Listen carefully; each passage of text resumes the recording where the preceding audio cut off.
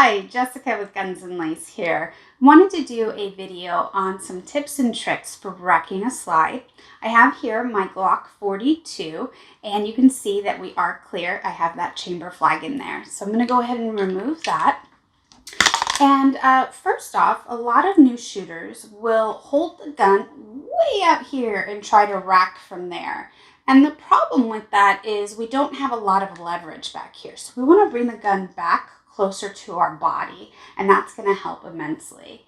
Second mistake new shooters will make is they'll hold the gun down here, further down on the grip, and try to rack it. Well, when you do that, your wrist bends and you're not able to have good leverage again. So what we always want to do is take the web of our hand up nice and high on that beaver tail, finger extended and off the trigger, bringing it in close to our body, and that is going to help us have leverage.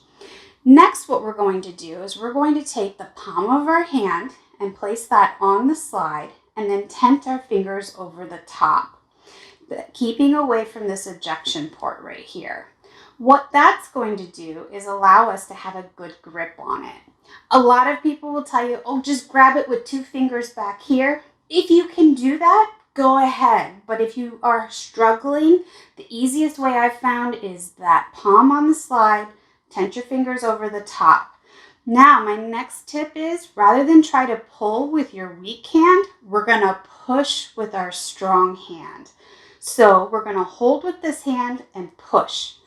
And that's going to allow the strength from our dominant hand to rack that slide instead of trying to use our weak hand. Okay. Now that was racking from the open position, so obviously easy. So we'll try it again with it in the closed position. Again, tent your fingers over the top of the slide, keeping away from that ejection port. We don't want to inadvertently pinch our palm if we hold on to the slide as it goes forward. Okay, so we're holding here and pushing and then letting that slide snap forward. It's really important that you let the gun use its own inertia to load that round into chamber, and by bringing it back and letting go, we're letting that gun do that. As well, we're less likely to end up pinching ourselves with that ejection port closing on our hand. And if you've ever done it, it hurts. So don't do that. Just let the slide snap forward. As I tell the ladies in my class, let your inner Angelina Jolie out and let it snap forward. The next tip is don't be ginger with this. You are not going to break this gun. It's really important that you just let it rip, okay? Be forceful with it. Bring that slide back and let it snap forward. The best advice I can give you. If you slow that process down, you're gonna struggle with it.